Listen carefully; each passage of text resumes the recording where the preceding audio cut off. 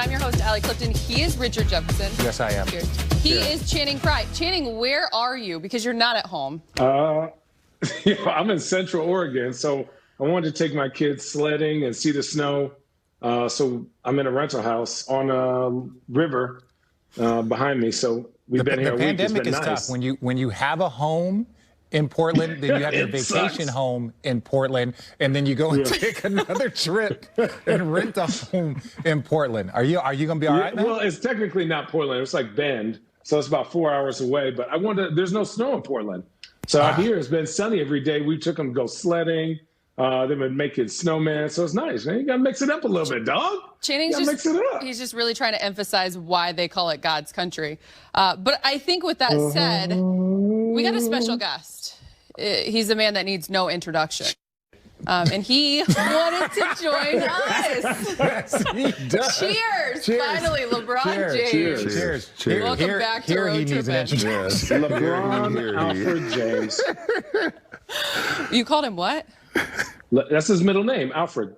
Oh, here you go. Oh, here we go Alfred. with that. Well, it's good to see you. It's good to be seen. I mean, I haven't seen you like in the flesh since March. Yeah, it's been a while. It's been a while. What's been going on in your world? Anything happen? No, it's been pretty quiet in my world, to be honest. It's been pretty quiet. It's been a quiet few weeks, man. So I saw your ugly face in the bubble. Unfortunately, I saw you. Yeah. Unfortunately, you saw that. You were riding your bike around the square footage that we had. It was tough for me because I was only there for 40 days. How long were you guys there? 96 days, 95 nights. I would never forget it. Oh, you got it down. Do you have it down to the hours and minutes? 96 days, 95 nights. I would never forget it, man. What was the experience? Okay, so now you guys had the best experience because you left with a championship.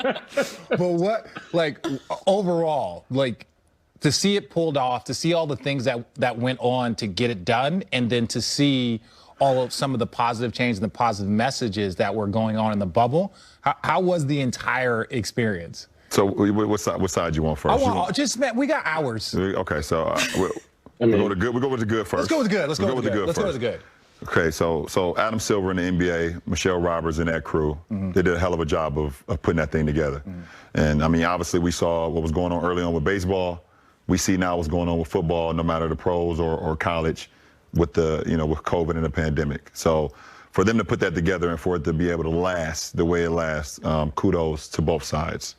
From a social injustice standpoint, us as the players to be able to use the NBA platform and us be able to go out there and speak about systemic racism, police brutality, voter suppression, everything that was going on, gave us an opportunity. I mean, obviously, we know you played for the franchise and we competed against them. Yeah. With the Warriors, they say strength is numbers. Yeah. Strength in numbers. We actually saw that in the bubble. The Milwaukee Bucks, they sat out a game. They boycotted a game because of something that happened in their backyard, what we all aware of, and we all stood in solidarity with Milwaukee Bucks. And if we had decided to leave at that very moment, our numbers and being as strong as we could have been would have been depleted. So as far as us being able to stick through that and be able to create some change while we were in there and speak about things that was going on in the communities and talk about things that was just affecting not only our personal lives, but our own communities and things of that nature, unbelievable.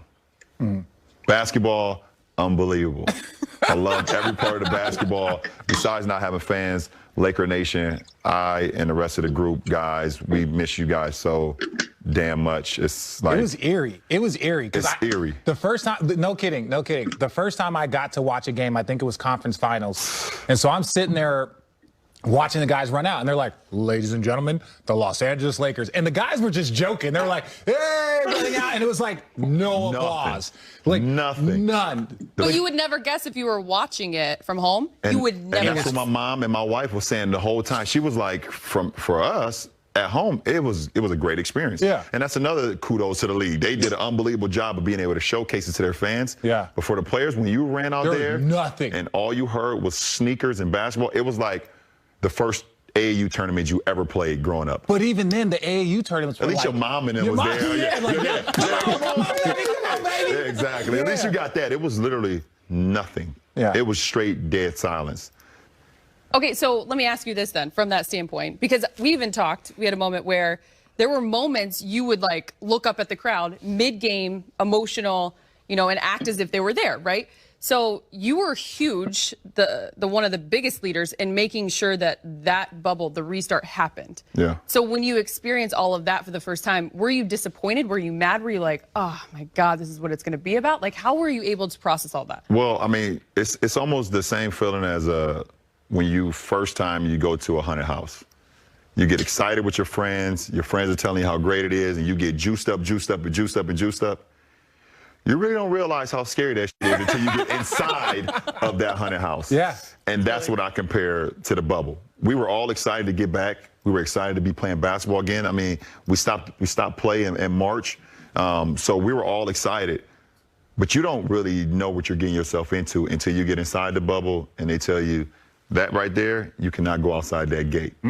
You cannot go outside that line. If you go outside that line, the gun line boss from Life, if you go outside that gun line, you will be in 14-day quarantine. And that is the last thing that you want to be. You're already inside of a bubble. You're inside of a line. You can't go outside of the gates. You can't do anything beside here. And if they tell you got to be inside your room for 14 days, that's a killer. So Shannon, could you handle? Because I did I was just gonna ask. Shannon, could you handle? I did a week when I got in, and that was hard. And I'll talk to you. That was dark. That was dark. Like, could you handle a two week quarantine, Channing, or a week quarantine? No way. I want to say, you know what? This ain't it. This ain't it. Just get me out. I got it. This ain't it. Hang on though, because you all play on a team where you did win a title, Channing. So you know how hard that is, how awesome it is to be a champion. Would you have done it for that? Yeah, but you didn't know. Allie. I mean, no, we didn't know. But here's the thing, Allie. I was always going out. I was always like walking around, meeting somebody, doing something. I was never in my room. Somebody. Channing, this guy walks around every city we go to. Is the worst. He goes. He just walks around towns like he's not 7 foot. Why I like Golden State is because there are so many homeless people I could just talk to when you guys got tired of me. I just walk up and strike a conversation.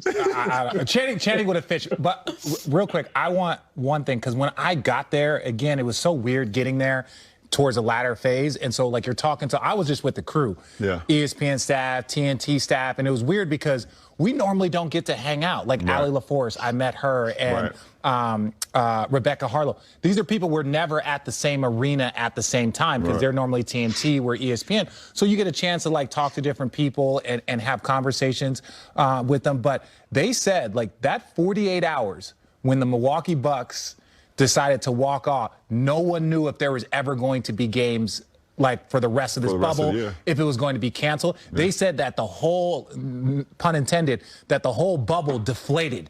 There were people walking around like, yo, we've been spending, months here prepping for this, and all of a sudden this thing might be completely over. What was that 48 hours like for when you found out them, then as a leader, what the Lakers were going to do?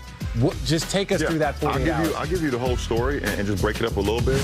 Up next on Road Trippin'. I was ready to walk away. I had called my wife. I believe it was Game 3 versus Portland that night, the last game. So it was Milwaukee, Orlando, followed by Houston, OKC, and then we were the later game. And so I was taking my nap, and when I get up from my nap, I get treatment with Mike. And I'm sitting on my couch, and I turn on the TV to start watching the Milwaukee-Orlando game. And as soon as I turn on the TV, there's nobody on the court, but the game was supposed to start like 20 minutes ago. So I'm like, what the hell is going on?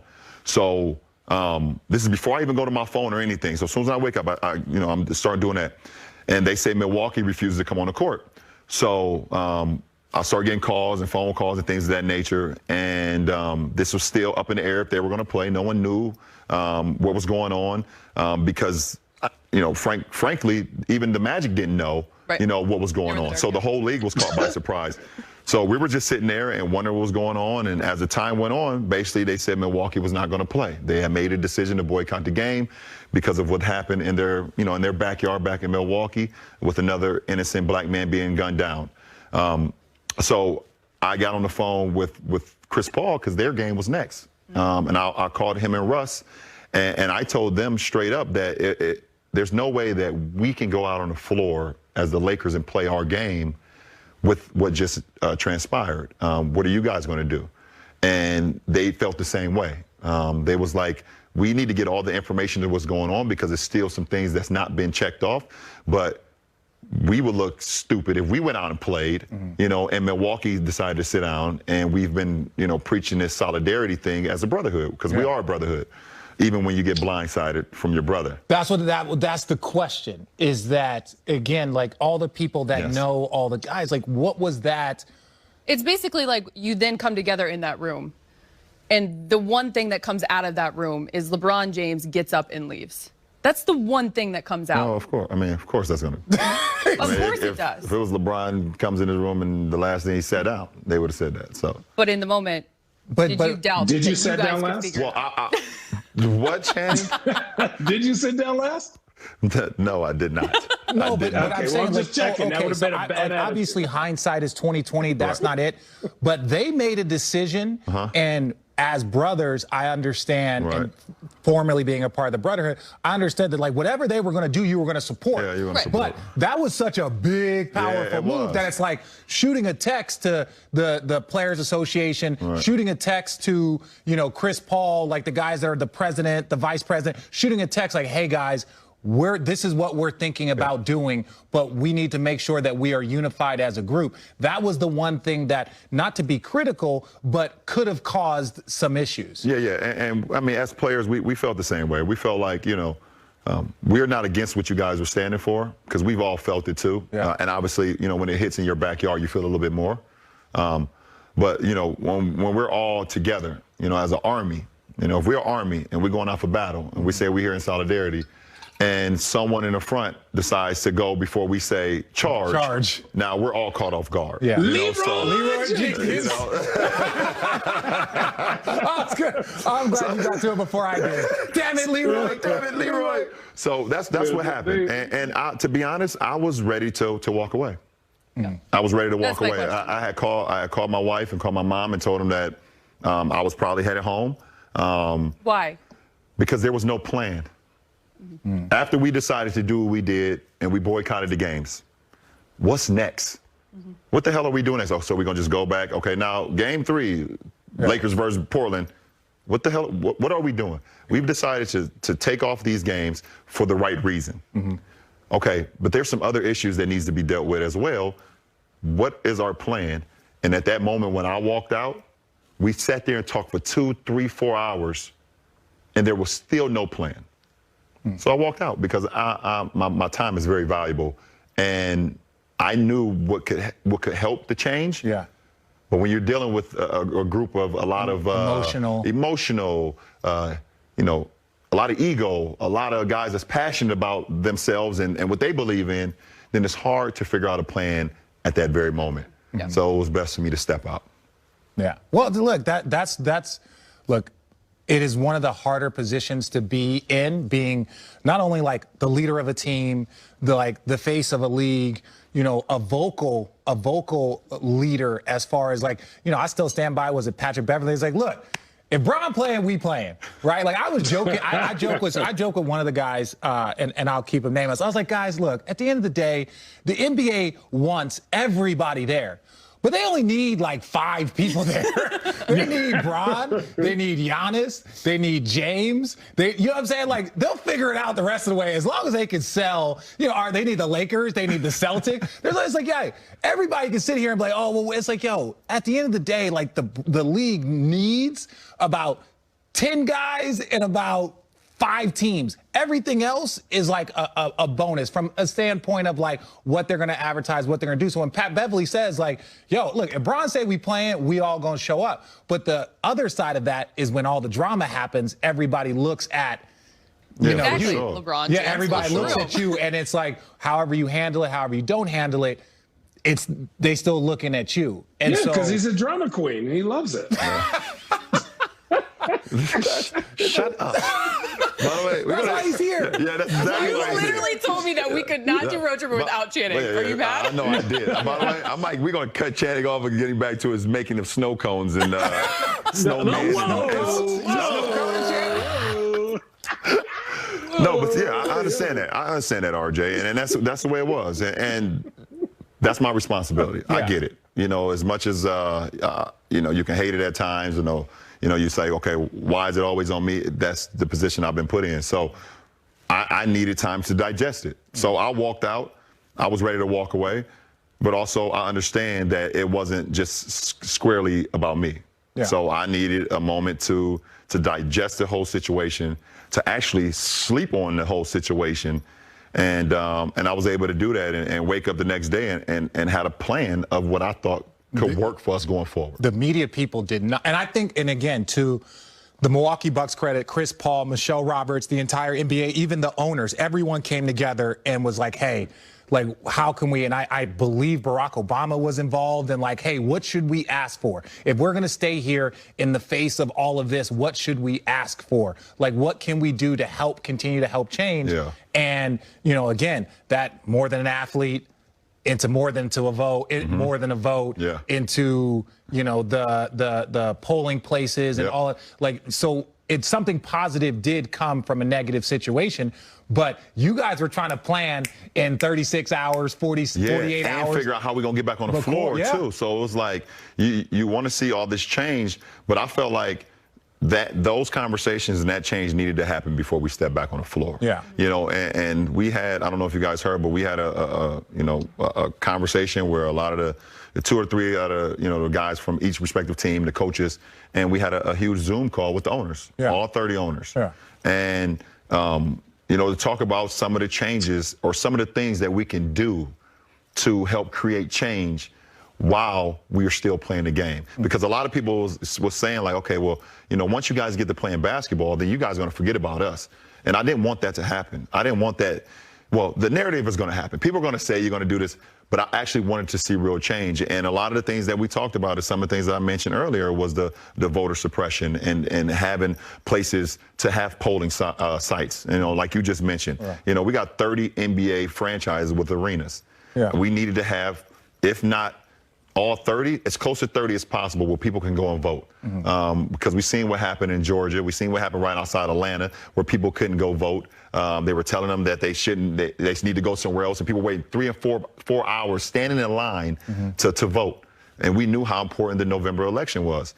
We also seen the things that was happening in the community with police brutality. And we wanted to be able to put in an initiative or something that can hold our police people accountable, just like everybody else. It's not just the police, though. It's everybody. Yeah. Any one of us in this world or in America where we live in, if you do something that harms other people, you're held accountable. Yeah. And we felt like at that point in time, the police were not being held accountable. Yeah. So those are some of the things that we talked about.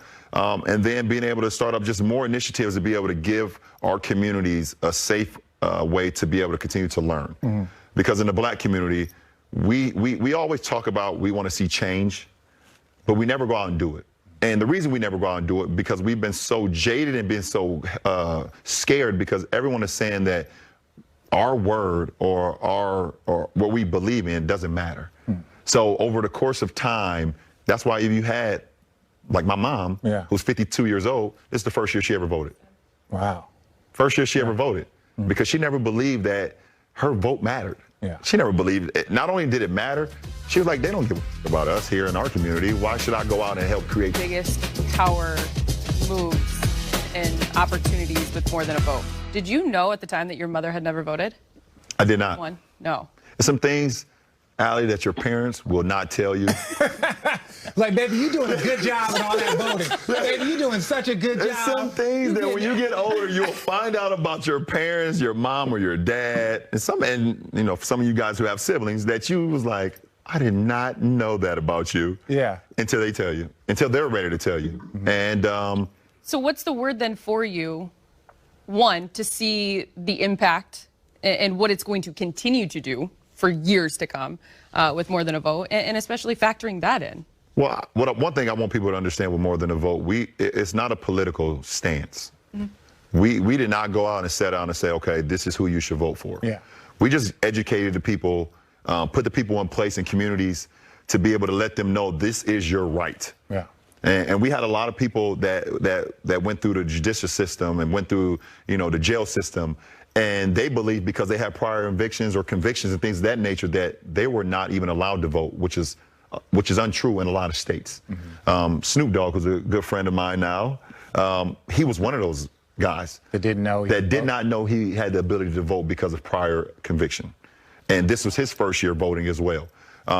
And we just wanted to engage into our communities, you know, especially some of the big communities, Detroit, Michigan, and Atlanta, Georgia, and Philadelphia, Pennsylvania. A lot of these communities, Miami, Florida, that just hold a lot of power.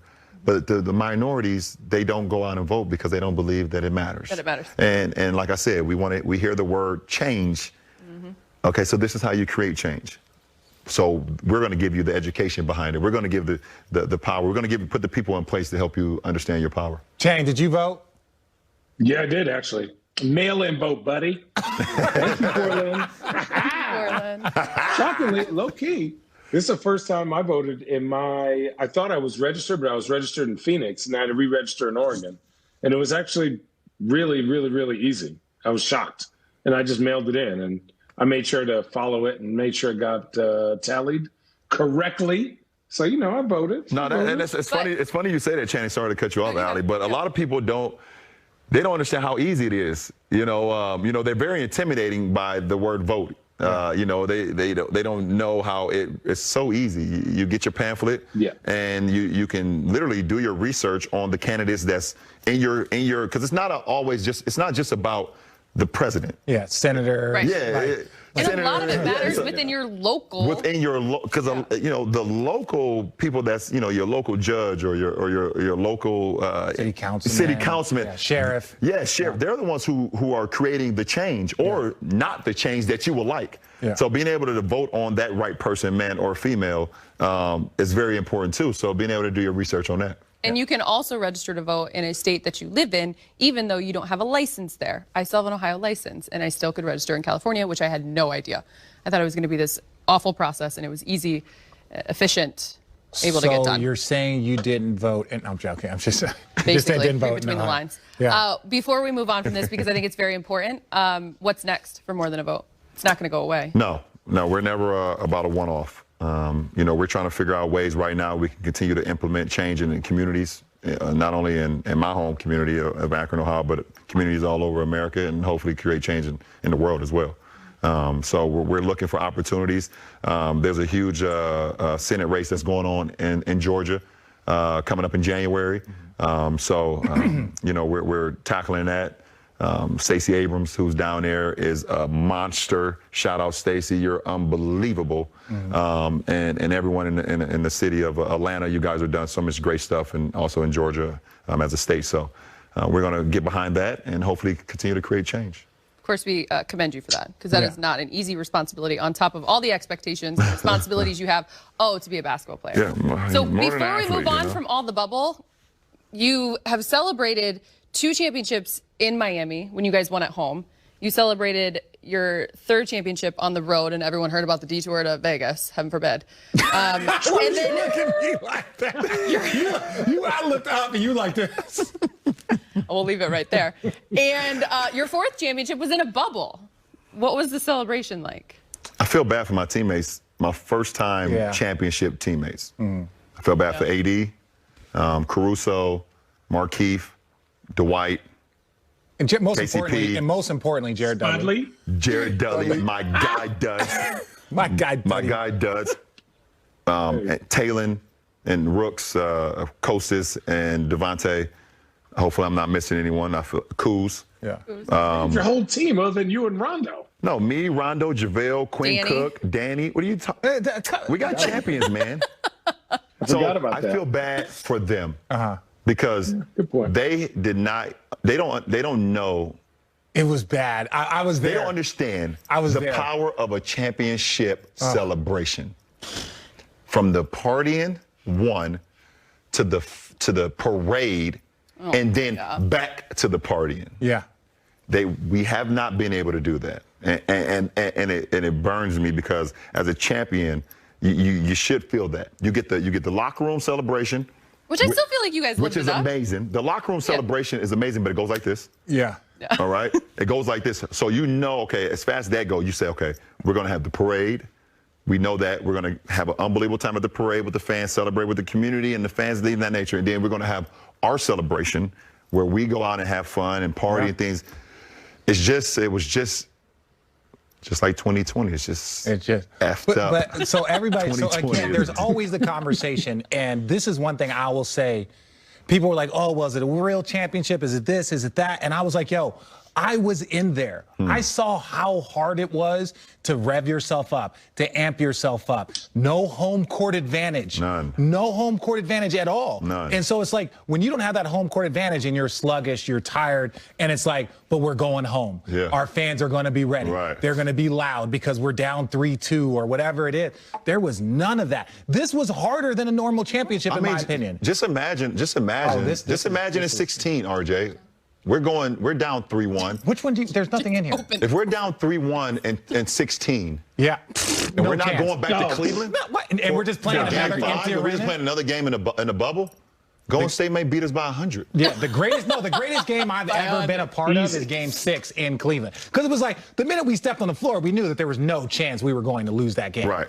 Like now, we didn't know what was going to happen in Game 7. Yeah, 3-2. 3-2. It was 3-2 in Cleveland. Oh, God. Somebody help Richie. Channing's still having PTSD. Yeah, he is. He said, please don't take me back to this. Please don't talk about it. Yeah. No, he's complaining because he doesn't think Richard can open a wine bottle. Oh, I'm not. Yeah. Oh, God. I mean, poor Bob. Oh, look. Come on now. You don't have to have your own wine to be able to open a wine bottle. You hear that, Channing? Yeah, but Richard doesn't even drink wine. Speaking of, I drink it socially. He drinks it socially, and it's a nice Whispering Angel rosé too. Yeah, it's nice. I drink it Well, at socially. this point, Whispering Angel, what's up? Whispering Angel, what? Whispering Angel. Whispering Angel should be like, what's up? Just give us some. Well, I think it's a very strong possibility they will after this. Ooh. You think? Yeah, I believe so. Hey, what's up? Up next on Road Trippin'. I moved to Cabo in the off season for a couple weeks out of the year. I was drinking tequila. Yeah, wrong one. Oh, that's the crusty bottle next to it. Yeah. If you watch camera 3. If you watch your videos, my favorite part is legacy, life, and Lobos. No, Legacy, other way. Lobos. You know. But this is my thing. How did you have that? We are a pack. We are a pack, man. Yeah, but my thing is this is like, man, like obviously I know you are fluent. You are fluent in several different alcohols, but man, I'm gonna get on board with the tequila, but I had to go eat some. I was like, man, if I'm gonna be sipping on tequila this morning. No, see, so I brought it because I wanted you guys to try it at some point while we're here, and also be able to get, just let it sit there. It's a beautiful. How did you get it scripted? How did you get scripted like that? 2020 NBA champions. You know a guy? I know someone. I know someone who knows someone.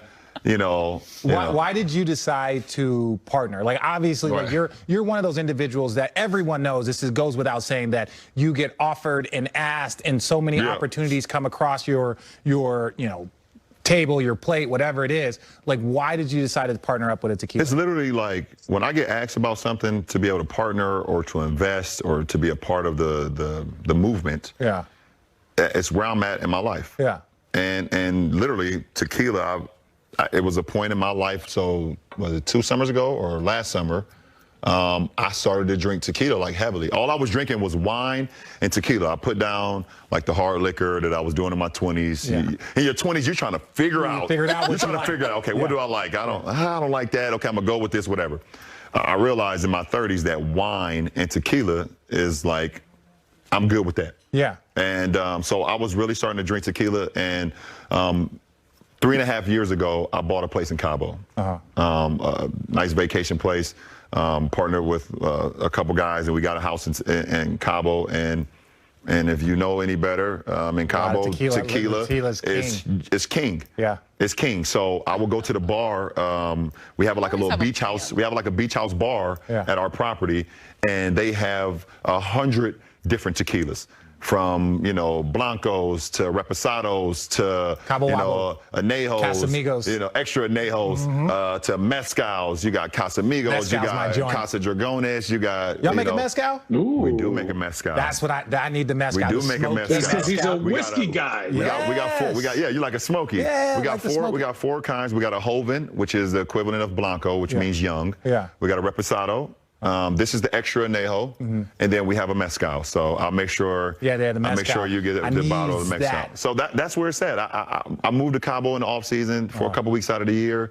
I was drinking tequila heavy, eating tacos. Why does she find this funny? And now I have a tequila Because company. I just feel like he really always humbles us because Channing just goes up north in Oregon, as you mentioned at the start of this. Channing's and Bron's like, I'm I'll just buy a 4 property in hours. Cabo for a couple weeks. Well, literally, I'm just giving you guys I always tell you guys the truth. Yeah, but Channing's driving up north to go to more wine, to get more Oregon wines. The Oregon Pinots are amazing this time of year. And them things was slapping. I'm going to tell you this. You tripping. They say they slapping. Look, while in Washington, there's some great Pinots in California. I just haven't had a chance to go down there and take trips. But listen, we got things on the move. So why he haven't had a chance to come down to California? I mean, it's so far, huh? I haven't been on a plane since March. Listen, we have legit just been driving everywhere. It's just, I got 4 kids. I got people that help out with my kids at home. So I'm kind of in the middle. I'm not like doing on the front anything. lines of this. You're I'm not doing anything at home. I got people that help with the kids. I'm literally just. So basically, I just you told us like, you have the ability to get away. You just have not taken advantage of it. That's basically what you said. I have help at home, and I'm stuck here. Do you have a barber at home? Nah, man. Listen, look. I know it's bad when somebody goes backwards. When somebody goes backwards, you know it's bad. For sure. Richard. You got to be like mid-40s to start going backwards against the grain. First of all, Richard got hair jelly right now. Dog. Look at these curls. You're so jelly. I don't. Richard, if you had an opportunity to grow these locks, these luscious curls. I did see the beautiful, university. Was it Arizona? Damn right. Oh, my God. They posted, some throwback highlights of my guy, RJ. And he had a beautiful grain of hair. Lineup. He had a beautiful grain of hair. Yeah, I was blocking shots. That was 1997. Hitting the side of his head on the phone. Oh, yeah. Windmilling. Yeah, I was like, ooh. I show it to my kids now. They be like, they know. I was like, because it was on Twitter. And so I'm like, Daddy, can we watch the video of you dunking? Because there's like, Daddy, is this in the olden days? I'm like, yes, son, this is standard definition. So I'll sit there. They're like, Daddy, can I watch this? And I was like, all right, son, we can watch the 2-minute video of me dancing. I was like, yeah, don't forget. They didn't post one of Channing though. No, they don't have highlights of like hard board First of all, slaps and layups. You had booms? First of all, I had booms in college. Please explain. But dunks. I was getting dunks. I was a true center in college. And then they had me my rookie year, had to guard Shaq in Miami. I said, this ain't it. I said, this ain't me. I said, this ain't me. So you stopped being true? Yeah, no more true to Listen, it. I'm going to be a false center now. I'm going to be a real false Shaq center. turned you into a false center. There was no guarded centers at all. Because back in the day, like my rookie year, there was like Shaq, Yao. There was Dikembe, like strong dudes like Tim Boozer, Duncan. Dikembe, Right. Tim Duncan. Strong-ass dudes like Jahidi White and Is that real? Jahidi White was like Jahidi a White I thought he just made was that an up. animal. You He had was them an goons animal. in big, dude. Seattle. Yeah, remember the 2 goons in Seattle? Yeah, for sure. Right? All them dudes. I say, you know Danny what? This Fortson. ain't me. Danny Fortson. Yes. knocking people out. Oh man, yeah, for sure. He Danny- fouled me so hard one time that I say, you know what? I don't know if I love basketball this much. I'm not ready to die. You made a hell Ready of to a die for living this. on the 3-point line as a 7-footer. Look, thank you. Listen, look. He should Allie, thank appreciate those guys because he's ranked like right there. Don't you got like? Where are you ranked like as the most threes for a 7-footer, Channing? Like 1 or 2, maybe. I love it. Yeah, then he's like 1 or 2. Depends on Usually when someone says, then you get to like maybe like 5, maybe he said, 1 or 2. But those guys Give are or coming. take. Like Porzingis is going to, keep knocking down threes if he can stay healthy. You gotta stay healthy. Listen, look. Amazing. Damn. But it's like, Season's damn. coming up. Yes. You've touched a basketball twice. Yeah, season's Big coming up. Season's coming How are we up. going to get through this with COVID, dog? Hang on. There's there's What did I that. miss? But there's also like the team that is not here any longer. You have your guys that like just recently in the last You You didn't even get a summer to rage with them. I know, right? So I got to give a shout out to Danny Green, Yeah. Rajon Rondo, Dwight Howard, JaVale McGee, Quinn Cook. Kuzma. Shut up. get it. Kuz, I'm kidding. Shut up. I'm kidding. Dog, come on. Kuz just put out an ad yesterday too. He about did. Yeah, he put out a good ad. No, Kuz. You can't say that. Tweeted. Kuz is sick of it. Yeah, Kuz sick of it. Laker fans give out Kuz give out PSP. They singing and apologizing. Right. Kuz, that was funny. A lot of respect on that. Yeah, so Dwight Howard, JaVale McGee, Rajon Rondo, Danny Green, Quinn Cook. Obviously, we don't win a championship, and RJ know what being a part of a championship ball club. No matter if you play 0 minutes or you're 30, 40 minutes, that all ties into one because we all challenge each other every day. And there's times where the vets don't want to practice, where those guys who haven't played, they have to practice to keep it going. I wish Rajon well in Atlanta, Dwight and Danny in Philly, JaVale back in Cleveland. Yeah, dope. And Quinn, I mean, he's a pro. He's gonna find an operator. He's definitely gonna get a look. Hopefully back with us. We still have 2 roster spots. Hopefully we may bring him back. So, so kudos to those guys. Much respect. Love those guys. When you win a championship with a group, it goes on forever. You could talk about it for the rest of your life. And then I move on. To dealing unfortunately, with but COVID. fortunately, Yeah. to my new teammates. And I'm happy as hell to have Big Mark Gasol, who Laker Nation, first of all, know that he was traded on draft day for his older brother. Yeah, he's supposed to be a Laker. Do you think Powell's coming Laker. out? Do you think Powell's coming back? We see. We'll see. Maybe, I mean, we'll see. We'll see. We'll see. We have Mark, who was traded on draft day. Because Marcus is going to be in year 20 now, right? Because I played 17. 13. What? Not Mark. I mean Powell. I was about to say. Me and Powell were same draft class. Yeah, Powell was what, 01? 01 Yeah, with we you? were the Yeah, same 01. class. So Yeah, that he would was be third. 19, 20? Yeah, so he's got to be He 20. just posted that video the other day on Instagram, I didn't working see out it. in the gym. Okay. Some shots. So, happy to have Mark, another champion. Yeah. Yep. Won with the Raptors 2 years ago, who I've always loved. Yeah. Mark has my Defensive Player of the Year trophy at his house. But Yo, but that's no here nor there. No, that's not a knock on Mark, but this is the thing, because sometimes we don't I pay love attention. you, Mark. I can't wait to talk about this. We don't pay attention to stuff, but like when you brought that up, like you brought it up or somebody brought it up, and I was like, what are you talking about, Defensive Player of the Year? And then I saw that like Marc Gasol didn't receive like any first place vote. No, he was second. First team votes. Yeah. He only received every third team vote, but then that had vaulted him with enough points accumulated to be the. I was like.